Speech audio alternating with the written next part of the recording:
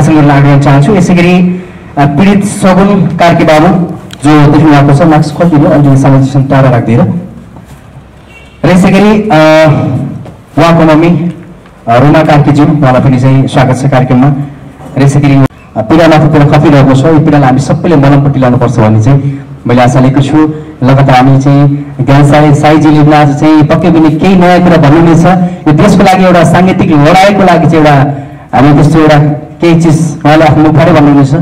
र हस्पिटलको chairperson local टोमिनज्यूले पनि यस विषयलाई सबै कुरा थाहा छ। उहाँको सालो र सालीद्वारा चाहिँ यत्रो रकम आएको छ।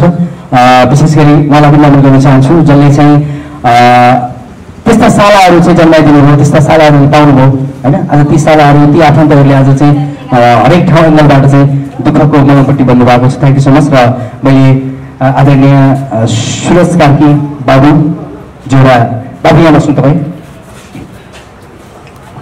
13 वर्षको उमेरमा क्यान्सरको समस्या, अहिले त धेरै राम्रो भएको छ, फेस राम्रो हुँदै गइरहेछ।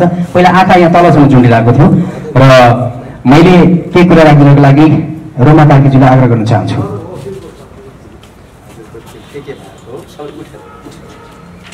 सर्वप्रथम सबैलाई नमस्कार। मलाई सहयोग गरिदिनु भएको हुनाले, किनकि मेरो श्रीमान पनि हुनुहुन्न, मैले दुईवटा छोराछोरीको आशाले बस्नु परेको थियो। यो छोरालाई एकदम ब्लड क्यान्सर भएको हुनाले म धेरै समस्यामा परेकी छु। हजुरहरूले जहाँसम्म मलाई सहयोगको जरुरत छ, जतिले सहयोग गर्नुभएको छ उहाँलाई म भित्रैदेखि धन्यवाद गर्न चाहन्छु। अरू मलाई एकदम सहयोगको जरुरत छ।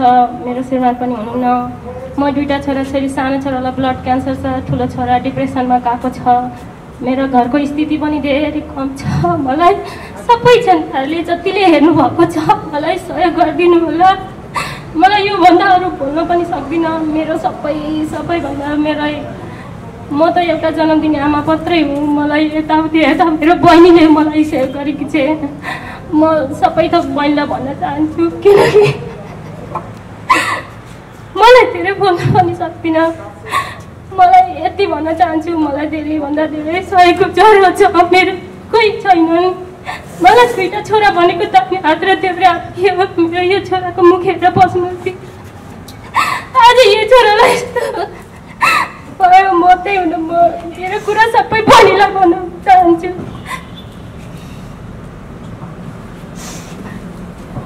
नमस्कार सबैलाई। बाबु चाहिँ पहिले यहाँ मैले दिदी बाहिर हुनुहुन्थ्यो, इन्डिया हुनुहुन्थ्यो। बिना चाहिँ खसेदेखि ठुलो बाबुलाई पनि मैले ल्याएर पढाएको 5देखि नानीहरूसँगै। सानो चाहिँ मामा घरमा बस्थ्यो दाईहरूसित।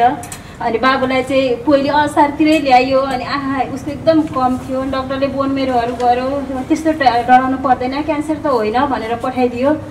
राम्रो भएर बाबुलाई मैले सप्तमीको दिनै घर पठाइदिएँ। अब चाडबाड थियो, दिदी पनि आउनुभयो। अनि फेरि उसको यो माथिको आँखा तिहारको भोलिपल्ट चाहिँ यो माथिको आँखा स्याट्टै झरेछ, नानी नै बाहिर निक्ल्यो। अनि फेरि भाउजूहरूले फोन गर्नुभयो, नानी सगुलाई त यस्तो यस्तो भएको छ भने फेरि पठाउनु न त भाउजू भने। फेरि यहाँ ल्याउँदा यसले आँखाको गेडै बाहिर झरिसकेको थियो, गेडा झरिसकेको थियो। अनि अन्कोलोजी नै लानु। अब हामीले सुरुमा त टिचिङ लग्यौँ, आँखा त्यस्तो भएर हामीलाई क्यान्सर भन्ने त शङ्कै थिएन। मलाई दिदी पनि हुनुहुन्न थियो, क्यान्सर भन्ने त उसको शङ्कै थिएन। तर टिचिङ लग्यौँ, टिचिङमा होइन यो उहाँको पहिलो समस्या भएर एकपल्ट अल्कोमै लानु भन्यो। दिदीलाई अनि फोन गरेँ, दिदी बाबुलाई त पहिले जस्तो होइन कि आउनुपर्छ कि फेरि एकपल्ट भनेर दिदीलाई फोन गरेँ। अनि बाबुलाई लगेँ, अल्कोमा लगेँ। अनि डक्टरले बोन मेरो गर्नुभयो, बाहिर पठाउनु भयो। आउँदाखेरि त ब्लड क्यान्सर पनि AML रहेछ। आफूलाई सोचेँ जस्तो रहेन रहेछ। डक्टरले नै काउन्सिलिङ गर्नुभयो। तपाईँ के गर्नुहुन्छ? त्यतिखेर दिदी आइपुग्नु भएको थिएन। के गर्नुहुन्छ? बाबुको त 40देखि 50% मात्रै छ सम्भावना।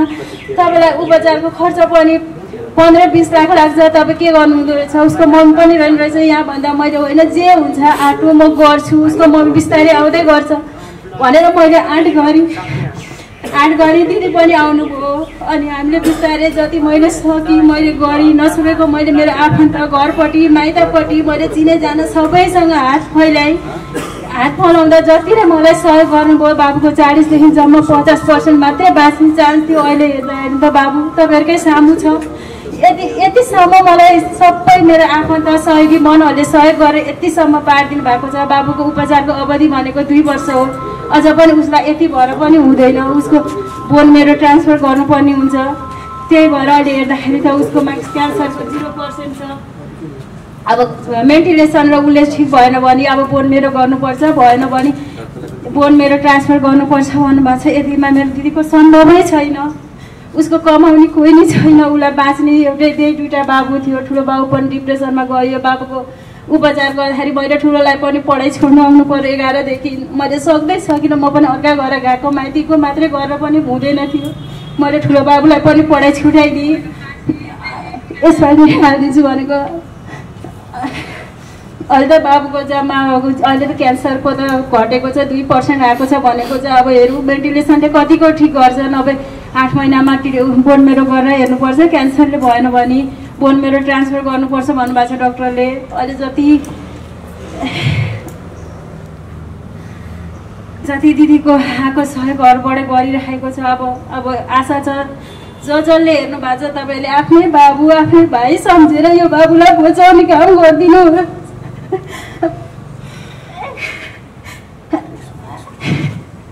अरू सबै के भन्नु,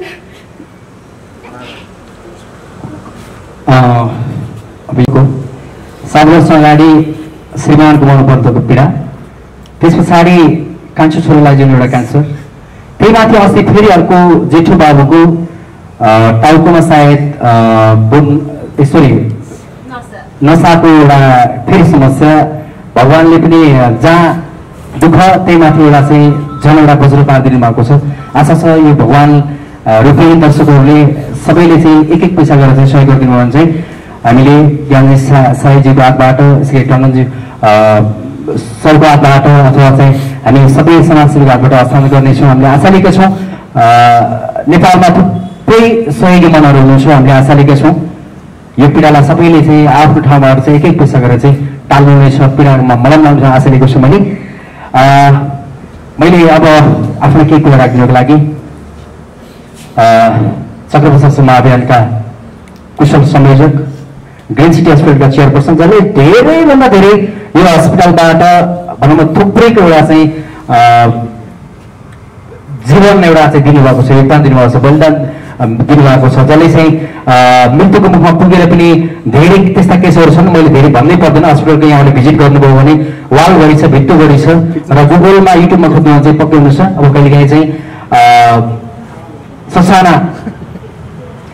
गल्ती चाहिँ कसका हुन्छन् नि, तर पनि हामीले आशा लिएका छौँ यस्तै पीडितहरूलाई चाहिँ उद्धार गरिरहोस् ग्रिन सिटी हस्पिटलले भन्दै मेरो आदरणीय गुरुलाई चाहिँ आफ्ना केही सान्दर्भिक भनाइराखिदिनको लागि चाहिँ म आग्रह गर्न चाहन्छु र विशेष गरी जसले सहयोग गर्नुमा भाउजू र गुरुप्रताप धेरै सम्झिन चाहन्छु र केही कुरा राख्दिन चाहिँ मैले बग्ने आँसु वास्तवमा धेरै पीडादायी हुन्छ। अहिले भर्खर देखिसक्नुभयो तपाईँ सबैजनाले, कसैको आँखाबाट बगेको आँसु रगतमा परिणत हुन्छ भने अहिले त जनता खलास, छोरानातिलाई खान हुन्न भन्ने सन्देश मेरो बुवाले पनि मलाई भन्नुभएको थियो र त्यो गल्ती गरेर अथवा नगरिकन, गल्ती गरेर त्यस्तो किसिमको व्यवहार गर्नु हुँदैन भन्ने सन्देश दिनुभएको छ। र आज यति खाउँ लाउला भन्ने उमेरमा 13 वर्षको बच्चा जसलाई क्यान्सरबाट यति ठुलो समस्या देखिएछ, दुःख लाग्दो कुरा हो यो। र म ग्रिन सिटी हस्पिटलको चेयरम्यान र चक्रप्रसाद सरसफाइ अभियानको तर्फबाट मैले के भन्न चाहन्छु भने हामीले सामाजिक काम गर्दै गर्दा हुँदा खानेले हुने खानेले हुँदा खानेलाई सहयोग गर्नुपर्छ भन्ने मेरो पनि भनाइ हो र यो हामीले काम गर्दै आइरहेका छौँ। यो ग्रिन सिटी हस्पिटल 2069 सालमा स्थापना गरिसकेपछि यस्तै गरिबहरूको पीडालाई घाउमा मलम लाउने काम हामीले सुरुवात गऱ्यौँ। म बुटोल गएको थिएँ, एकजना सानो बच्चा 9 महिनाको बालिका जसको दिशा गर्ने एनओसी थिएन, 9 महिनासम्म एउटा गरिब परिवारको बालिका छटपटाइरहेको बुटोलमा थाहा पाएँ र मैले भने यो बच्चीलाई काठमाडौँ ल्याउनुहोस्, ग्रिन सिटीमा म फ्रीमा ट्रिटमेन्ट गरिदिन्छु भने ल्याउनु भयो र हामीले गऱ्यौँ पनि। त्यतिखेर तत्कालीन प्रधान न्यायाधीश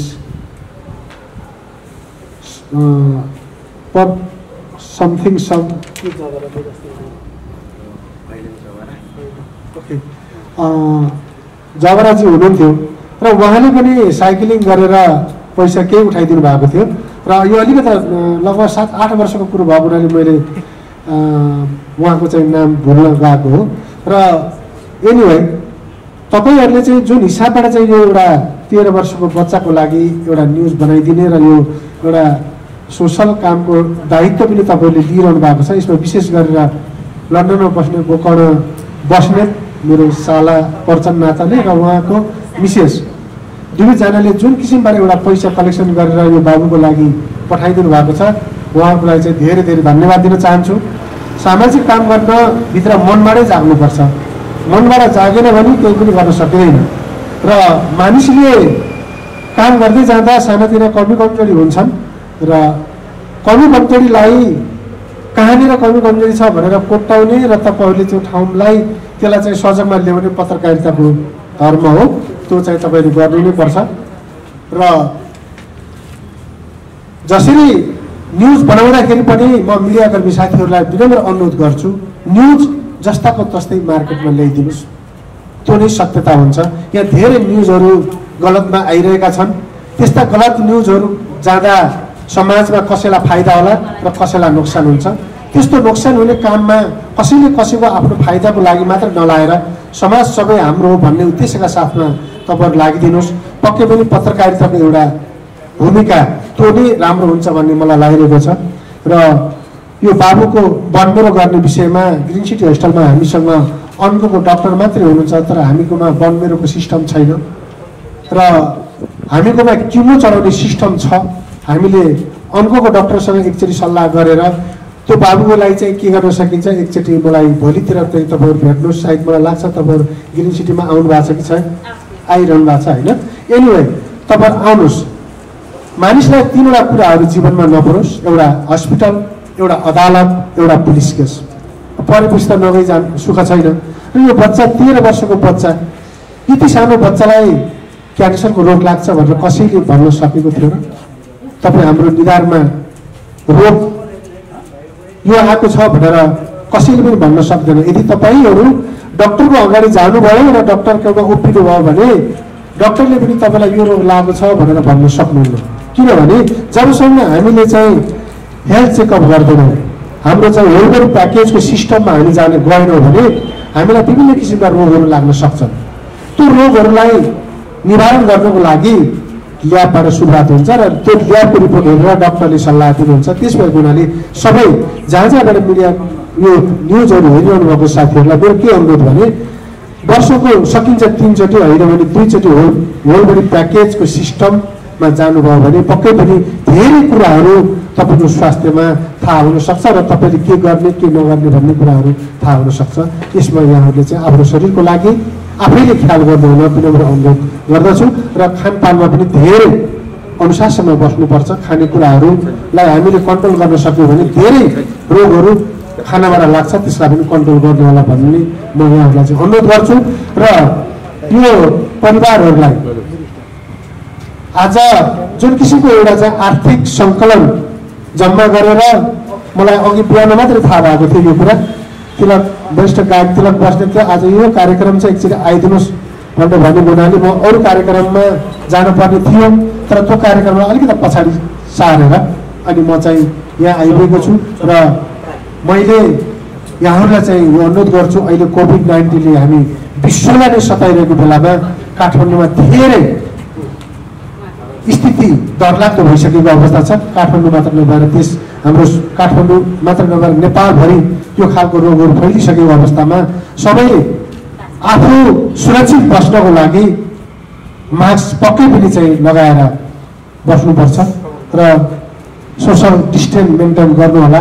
र सबै साथीहरूलाई म यही अनुरोध दिन्छु र यो बाबुको लागि हामीले गर्न सक्ने किसिमको सहयोग होस्टलको तर्फबाट पनि गर्नेछौँ।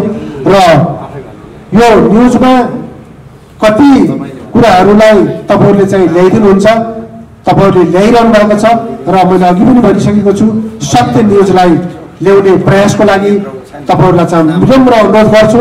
र कहिले पनि न्युज बनाउँदा यहाँहरूले अरूलाई घाटा पर्ने र आफूलाई फाइदा हुने किसिमको न्युज नबनाइदिनु विनम्र अनुरोध गर्दै मेरो आफ्नो भनाइबाट बिदा लिन चाहन्छु। धन्यवाद, नमस्कार। र तपाईँ सम्पूर्णप्रति हार्दिक आभार प्रकट गर्न चाहन्छु, जुन एउटा अमूल्य समय दिएर चाहिँ यो पीडामा सहयोगको लागि आउनु भएको छ। सबै पत्रकार साथीहरूलाई हार्दिक धन्यवाद गर्न चाहन्छु। हाम्रो कतारबाट होइन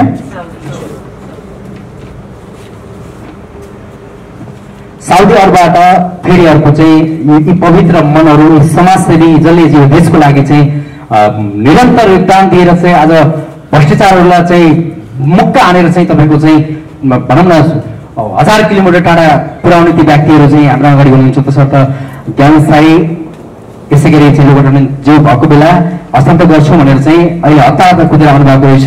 हाम्रो साउदी अरबबाट यही बाबुको लागि चाहिँ 1,21,511 रुपियाँको आएको छ। तसर्थ सौभाग्य उहाँको हातबाट हामीले त्यसरी पाउनुबाट एकदम यो समय होइन। तसर्थ उहाँलाई पनि धन्यवाद दिन चाहन्छु। साउदी अरबबाट चम्पक कार्की तथा साथीहरूबाट मैले उहाँको नाम पछि लिनेछु र यसै गरी कुमार कार्की सहयोग उहाँ हुनुहुन्छ, उहाँको हातबाट उहाँले पनि 4,000 गर्छु भन्नुभएको छ। यसै गरी कपिल कार्की उहाँको आफ्नै भाइ 5,000 गरेर 1,21,511 र यसै गरी 4,000 र 5,000 र गोबर बस्नेत र गोमा भाउजूको तर्फबाट एकबाट 1,03,000 नगद आएको छ। तसर्थ हामीले अब जम्मा टोटल चाहिँ मैले गर्नेछु र 3 भागबाट पैसा आएको छ। उहाँप्रति हार्दिक पुर्याउन चाहन्छु। मैले नाम भनौँ कि गाह्रो चाहिँ आफै भन्नु, सरले आफै भन्नुहुन्छ नाम। कपिल कार्कीजीबाट 5,000 र युद्धबाट चाहिँ 1,03,000 कति हुन्छ त्यो हामी गर्नेछौँ। अहिले दिन्छौँ हामी हजुरको हातबाट चाहिँ गर्नेछौँ र मैले चाहिँ अब छुट्टो गर्नेछु। म यहाँ सरलाई चाहिँ दिन्छु।